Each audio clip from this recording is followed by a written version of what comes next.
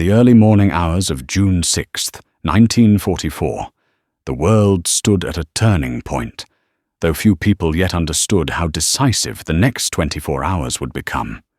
For nearly 5 years, World War II had consumed continents, reshaped borders, and taken millions of lives. Nazi Germany controlled most of Western Europe, and the Allied nations faced a difficult question. How could they break Hitler's grip on the continent and begin the long road to victory? The answer came in the form of a massive and carefully planned invasion known as Operation Overlord, and its first day, D-Day, would become one of the most important single days in modern history. Under strict secrecy, Allied leaders, including General Dwight D. Eisenhower, organized the largest amphibious invasion ever attempted. More than 150,000 soldiers from the United States, the United Kingdom, Canada, and other Allied nations prepared to cross the English Channel and land on the beaches of Normandy, France. Thousands of ships, landing craft, aircraft, and vehicles were assembled in southern England, while false information was deliberately spread to confuse German forces about the invasion's true location. The success of this operation depended on surprise, weather conditions, and precise coordination, because failure could delay the liberation of Europe for years or possibly change the outcome of the entire war. As dawn approached on June 6th, Allied paratroopers were already descending behind enemy lines, tasked with capturing key bridges and disrupting German communications. Their mission was dangerous and often chaotic, but it created confusion among German defenders and slowed their ability to respond. Soon after, fleets of ships stretched across the horizon as soldiers prepared to land on 5 designated beaches: Utah, Omaha, Gold, Juno, and Sword.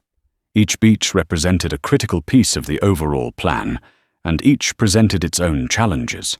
Strong ocean currents, rough waves, and heavily fortified defenses awaited the invading forces. German bunkers, machine gun nests, and artillery positions had been constructed along the coast, turning the shoreline into a defensive wall. Despite these obstacles, Allied troops moved forward, knowing that securing even a small foothold in France could open the door to the liberation of Western Europe. The first hours were among the most intense of the entire war. Communication was difficult, landing craft were often pushed off course, and units became separated. Yet determination and coordination slowly began to overcome confusion. Naval ships offshore provided artillery support, aircraft targeted defensive positions, and engineers worked to clear obstacles from the beaches. By midday, although progress was uneven and costly, Allied forces had established initial positions on several beaches.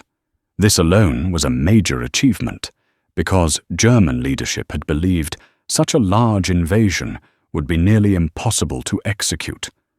Adolf Hitler and many of his commanders were initially uncertain whether Normandy was the main assault or a diversion, which delayed a full counterattack. That hesitation proved crucial. Every hour that the Allies held their ground allowed more soldiers, equipment, and supplies to arrive, strengthening their position and making it increasingly difficult for German forces to push them back into the sea.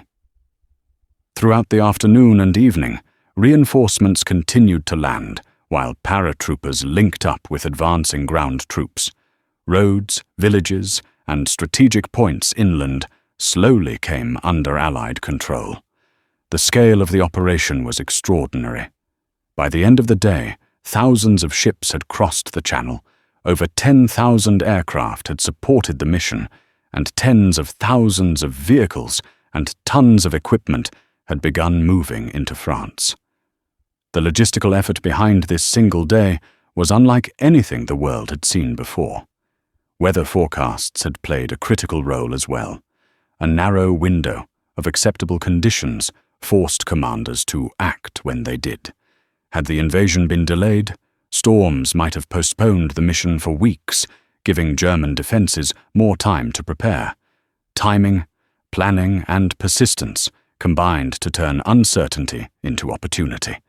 By midnight, the Allies had not achieved every objective, and the fighting would continue for many weeks across the fields and towns of Normandy. However, the most important goal had been accomplished.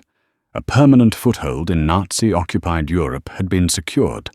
This changed the direction of the war. Germany was now forced to fight on multiple major fronts, with increasing pressure from both the West and the East, where Soviet forces were already advancing. The events of those 24 hours did not end World War II, but they marked the beginning of the end for Nazi control in Western Europe.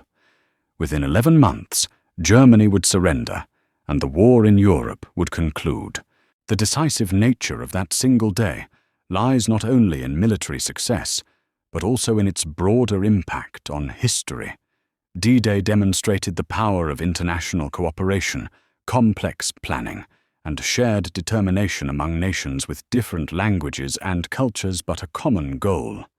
It accelerated the liberation of France, restored hope to occupied countries, and reshaped the political future of Europe. The beaches of Normandy, once scenes of uncertainty and struggle, would later become places of remembrance and reflection, visited by millions seeking to understand the cost and consequences of global conflict. The most decisive 24 hours of World War II were defined by courage, coordination, and timing, proving that a single day, when shaped by preparation and resolve, can alter the course of history for generations to come.